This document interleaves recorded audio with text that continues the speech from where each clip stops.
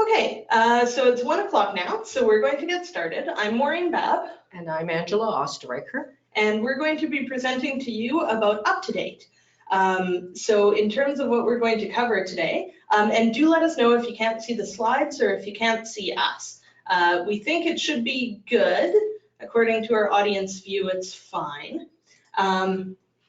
So what we're going to cover today is we're going to briefly introduce the WRHA Virtual Library in case you're not totally sure what we do. We're going to describe what UpToDate is. We're going to demonstrate how the WRHA how you as patrons of the WRHA Virtual Library can access UpToDate.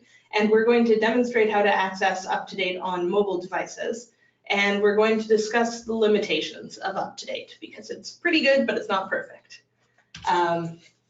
So in terms of who we are, we provide library service to WRHA staff and staff of eligible community health agencies and personal care homes. If you're from either of those two last categories, you may need to sign up to get access to our resources, and that's just on our Get Access page. If you're from the WRHA hospital staff, you should already have an account that would have been emailed to you. So we provide access to a number of electronic resources, including Medlines and all. And we provide a number of library services, such as literature searches, document delivery for anything you can't access directly, and education and training sessions like this one. So what is UpToDate? And I don't know if any of you have used it before. So you may already have some familiarity with it, or you may have heard people talking about it before. But UpToDate is a point of care tool. It's a decision support tool that it is basically a big encyclopedia that provides a lot of content on a lot of different topics. So there are over 10,000 topics in general and internal medicine in 20 specialties. There are drug databases and drug interaction databases, and it partners with LexiConf to do that. There are all these patient education topics, there are all these graphics, and there are links to more than 400,000 references, as well as medical calculators available. So it's a very robust tool that can be helpful in a lot of ways. We probably think it's most helpful when you're looking at the beginning of, you need to know, well, what might this be a symptom of this or something like that. The images are really helpful for that, I would say. So UpToDate is available for health practitioners in Manitoba since January 2016. You get UpToDate for free if you're a fee-for-service physician, if you're University of Manitoba faculty or staff, if you're anybody in any of the health authorities in Manitoba, that includes the WRHA, if you're with Cancer Care Manitoba, or Manitoba Health Seniors and Active Living. So it's all over the province.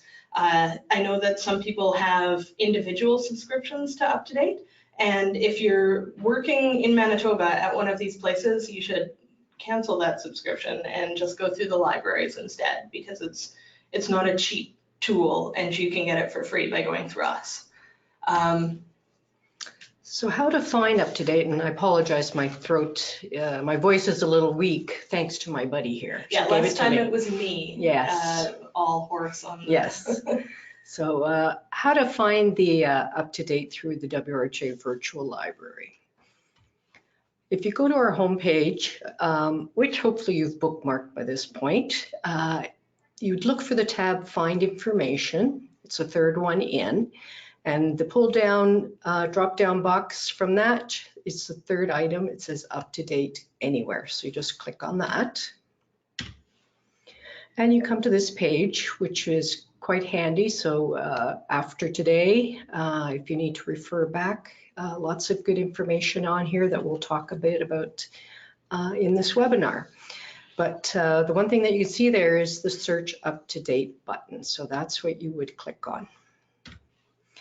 You're then asked to log in. So at this point, this is you need to authenticate to indicate that you are a WRHA authorized person that has access to this resource. So you'll need that WRHA login name and password. And if you don't have it, you can contact us and we can help get you set up with that. In some cases, I think you might be, if you come into the library, you're actually on our IP address. The system will recognize the IP. And I think there may be some work locations that are recognized by IP as well. So you might not be asked. And I'll talk a little bit more about what that means. Yeah. So you might get, once you log in, you'll see the UpToDate, and it's a very basic one search bar, Google-like system. So you don't have to have an account to UpToDate, but it is a good idea if you decide that you're going to collect continuing medical education credits, if you want to use the mobile app, and I believe also if you want to download any of their images for any of your presentations, then you will need to get an account UpToDate, and this is completely separate from the library account. So in the right top hand corner there, you'll see there is a registration button there, so you would click on that to register for an account. Yeah, and once you've created that account, just make sure you hold on to that information, because you will need to log it. We'll talk about authenticating, I guess, in the next slide. Yeah. But you'll want to remember that. Yes. And I have a bad habit of forgetting mine all the time and having to reset my password. And we won't be able to help you with your UpToDate login information. So you can make it the same as your WRHA login if you want. Virtual library login, I mean. So the UpToDate app. You can access the UpToDate app from the virtual library or any workplace computer with IP access. So from if you were in the library or if your workplace is recognized as an IP location. You do need to create that UpToDate account if you want to use the UpToDate app. And we just talked about that in the earlier slide. It's a fairly simple process. You would then download the app onto your mobile device, and it is available for Apple devices as well as generic Android. Yes, I couldn't think of the name. Android devices. And then that's where you would need, once you've done that, downloaded the app, that's when you will need that login that you've created with UpToDate to log into the app. So at this point, that means you can then access UpToDate from home. What you will find though is UpToDate is going to ask you every 90 days to authenticate that you are still a WRHA user. So that you will need to do that via the WRHA library, or if you are in the library because it's recognized by the IP address. So be aware that you will get an email every 90 days from UpToDate, ask you to tell them again that you are a WRHA person, that you have authorized access. Yeah, so when you do that, you'll have to sign in through the virtual library, and then you'll have to sign in again to your UpToDate account. It's this double login process, which is a little obnoxious, but it does mean that later you don't, for the rest of those 90 days, you don't have to be going through the library. You can just go to UpToDate.com, and as long as you log in there, it'll remember that you're affiliated with us and that, oh yeah, you're allowed to have access. And the reason that it asks for this proof is so that you don't, move to BC or something and then have Manitoba paying for your for your continued access. So in terms of using UpToDate, it's pretty straightforward. Like Angela said, it's got a simple single search bar that looks very much like the Google or any other search engine search bar. When you start doing a search, it'll show you all these different options that it thinks it might be this topic. And they tend to be pretty standard. They have most things, but if you don't have a search doing, like if you do a search and what you're looking for doesn't come up, it's not a matter of tweaking your search, it's just that UpToDate doesn't have that particular topic. And there are a few topics that it just doesn't have. though it is always expanding how many topics it has, so it might have it again in the future. You can see at the top here, there's this contents in the left-hand corner of the screen under the UpToDate text itself. If you go there, there's a search by topics by specialty option, so you can see what all the specialties are that they have information in. So geriatrics, palliative care, psychiatry, rheumatology. So if you wanted to browse topics, you could do it that way. I personally have never browsed topics. Have you? No. Well, occasionally check them out. But if that's something you want to poke around in, by all means do. Otherwise, the main search interface is probably what you're looking for. You can also see at the top drug interactions and calculators. Because we only have half an hour here, we're not going to go into detail about how to use those, but know that they do exist and that they're relatively straightforward. The drug interactions tool I find particularly beneficial because you can punch in any number of drugs and then see like how does it interact with this or that, and I believe it includes some foods as well, or other things that it might interact with, not just other drugs. So when you've put in something, so here I've done a search for diabetes. This is roughly what every topic you're going to pull up looks like. So you've got well, you can see what I mean about it kind of being like an encyclopedia entry. So there's the title, there's the author information, there's introduction and evaluation, there's, you know, diagnostic criteria and all this sort of stuff. If you look on the left-hand side, you'll see the table of contents and you can just jump down to what's relevant. And then you'll notice in these screen grabs, I'm not logged in, but if you log in, then you can, so I've logged in now. So this is what the top of the screen would look like. You can see my name there, Maureen Babb. And then I've got 7.5 continuing, or CMEs, continuing medical education credits. Why can't I say it? And so if you click on that CME at the top, it'll take you to this page that shows you how many CMEs you have, and if you click on redeem, it'll walk you through the process of redeeming them, and that's linked to a number of organizations if you need to link them to specific organizations. There are videos that can walk you through the process. Again, we have limited time for this webinar, so I'm not going to go through this in detail, but know it's there. Know that this is a relatively straightforward way to get your CME credits. And I mean, I don't spend a ton of time looking around UpToDate, and I still have CMEs, which I personally have no use for at all. One of the other things that's important to know is that UpToDate has these patient education sections. So if you do a simple search for patient education, or if you do like diabetes patient education or something like that, you can pull up information that is designed not for you as health professionals, but to give to your patients, to provide them with more information. And each of these comes in, there's sort of the basics form, which is very, very simple, and then beyond the basics for the people who maybe already know a bit about the condition or have a better sense of health terminology and that sort of thing in general. So this is one of the basics, and you can see how much different it is than the standard entry, you know, written by the doctors and editors at UpToDate, and then a simple, what is diabetic retinopathy, and so on.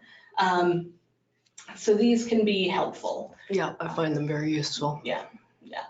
And it's not always easy to find good things to give to your patients, but this is one of the easy to find good things to give to your patients. And then we've talked a couple of times about images. So here's one that I did in my search for Lyme disease. So UpToDate has all these images, and it doesn't show them in the body of the text itself. They have, you know, if you're looking, you know, what does a Lyme disease tick bite look like or whatever, and then they'll have a link, image 1, and you have to actually click on the image and look at it. It's not embedded into the text proper, but UpToDate allows you to use these images for teaching purposes. So there's if you click on the image, there's an export to PowerPoint feature, and it'll open up a brand new PowerPoint presentation. But in that PowerPoint presentation, it'll put this slide here with all the information about what this is that you're looking at, and who it's provided by, and that it's property of UpToDate. So you don't have to bother going around and figuring out what all the copyright information for it is. It's right there. It's already on the image. If you want to use it in an article or in a handout or something like that, then you need to get special permissions for that, and you'd have to contact UpToDate directly. But for teaching use, that sort of educational fair use, that's how you do it. So now we'll get into we've talked about how great we think it is. So now there are some questions. How up-to-date is UpToDate? How good is the information that you're actually looking at in UpToDate? So first of all, it is evidence-based. Each article contains a number of references, though it is always worth checking them for currency and validity. And one of the other things that's very important for us as Canadians to consider is that UpToDate is based in the United States, and much of their guideline references come from American sources. And Canadian guidelines and Canadian standards may be different, and they may not be addressed in this. It tells you at the top how many authors there are on any given article and who the authors are. Again, just assess what's there. The up-to-date-ishness of UpToDate. So here's one of the articles, Syphilis Screening and Diagnostic Testing. And I talked about the references. So this one, for example, has, its latest references from 2018, even though the Lit Review is apparently current through May 2019. And it has a citation that goes back to 1906, but in this case, it's talking about the historical legacy of syphilis screening, so that's fine. But it also has some citations from 1983 or some guidelines that have actually been updated since January, since the references they'll have accessed in 2017. And so they'll have that, but when I go and check it out, that guideline has actually been updated since 2017, and in fact, since before May 2019, so it should have been included in the literature review. So, I would say UpToDate's very good, but treat it like you would treat any reference textbook. It's probably more up-to-date than most reference textbooks because there's this dynamic quality, and they do keep updating, and they don't have to get the funds for a whole new edition. But that doesn't mean everything is absolutely wonderfully current, absolutely wonderfully reassessed every time. And it's not always transparent. Yeah. How they're doing their literature searches. It's not as if we can assess the quality of their search strategies because they don't provide that information. That is a very good point. And, sometimes maybe it's the case that they didn't update the guidelines because the new guidelines say the same thing, but at the same time, we don't know that. But in general. So in summary, UpToDate is a very good tool. It's heavily used by clinicians. It's a very popular point of care tool for the bedside. It's quite comprehensive. I think Dynamed is the other big leader in this, but I think UpToDate has something like 3 times more topics last time I looked at it. And it is fairly easy to use. But as Maureen said, always do your own critical appraisal of the information. It is peer-reviewed information, but it might be a good idea to critically appraise it yourself. Yeah, in general, I would say think of UpToDate as a starting point rather than an end point. Yeah. So that is it for us. Just to let you know that we will send out slide decks to people that have signed up for the webinar. Yeah. The webinar is recorded, so we will have it up in a couple of days on our website. It'll probably be up tomorrow. Yeah, so that you can refer back to it. We're going to stay on the line for a few more minutes if you have any questions. If you can't think of anything right now, or if you have questions later, our contact information is up on this last screen, so you can contact us anytime. Yeah, and since this took slightly less long than I was expecting it to, I might do a live walkthrough of accessing UpToDate through our library. So let's just go to the virtual library homepage. And so if you go to this find information, you see UpToDate anywhere right here. And then again, there's information here that provides you with some of the same stuff that we've already told you about. You click search UpToDate, it'll ask you for your login. Mine's already, saved in my computer's history. So once you're here, you've got it, that's great. You'll want to go to register. I'll just show you what that looks like, but I've already created it. And don't be worried about this University of Manitoba libraries. It's just because we're all on the same system. But you've gone in through the WRHA Virtual Library, so that's fine. And you put in all your stuff and then set that up. And then once let's just go back. So again, you can log in. Here we go. Remember your password.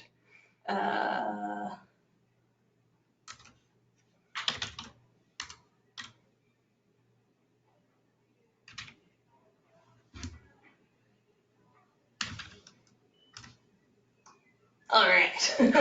Let's just remember that password. Yeah. So you can see the history of what you've looked up. You can see your most viewed. You can go to bookmarks. I don't have any bookmarks, so that's fine. Maybe we'll do a demo of the drug interaction. So I've checked there. It asks you to agree to the drug interaction. So let's put in some medications. Let's say aspirin. Let's say Synthroid. Let's say amoxicillin. How do you spell amoxicillin?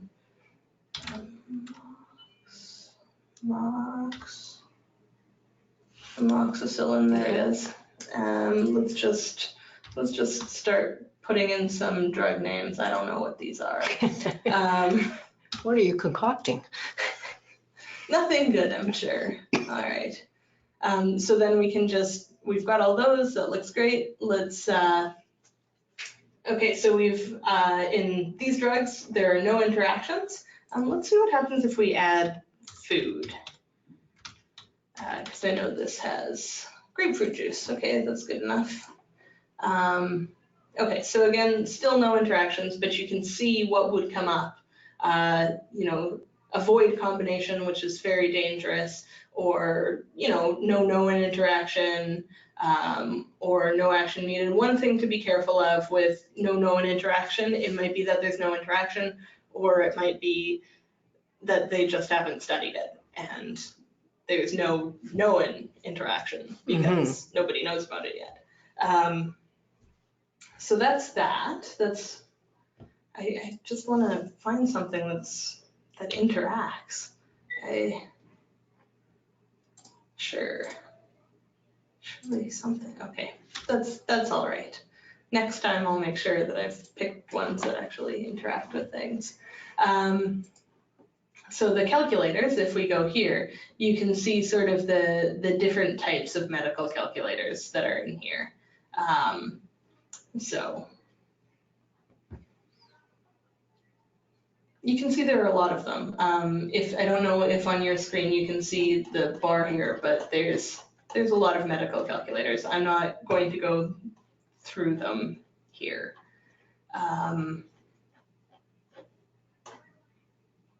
Sleep medicine. And it looks like there's some questionnaires in here too, not just calculators. I haven't poked around in the medical calculators too much. Let's do good old diabetes. So you can see something like diabetes, a lot of stuff comes up. And there's things that maybe in here that you might not expect. I know that there was one search that one of my colleagues wanted to do on earwax removal, and she just popped by UpToDate as a matter of course and didn't expect anything to be in here. But there was information about earwax and earwax removal, which she was very surprised at. Yeah, manual remover. Yeah. There you go. I like at the top there, if you scroll up or back to the search, Okay. that you can limit it to adult pediatric. Yes, that is a good thing I to often use consider. that. Yeah, and you can limit to graphics as well. So,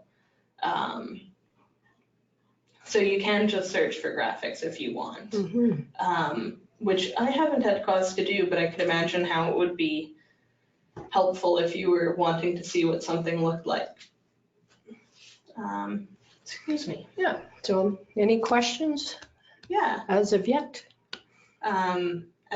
We'll maybe mute ourselves for now, and I'll put back up the end of the slideshow with our questions here. Otherwise, we'll just hang out, mute ourselves, and we'll say goodbye to you if you're leaving now. So, thanks for joining us. Yeah, and give us some feedback. Yeah.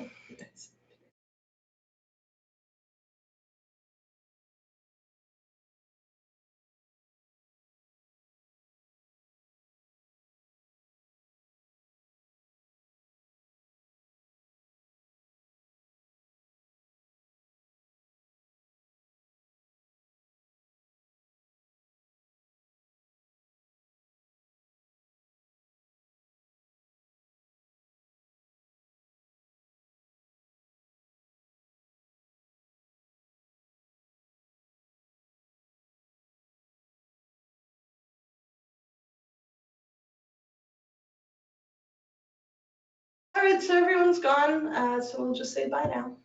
Bye. Bye.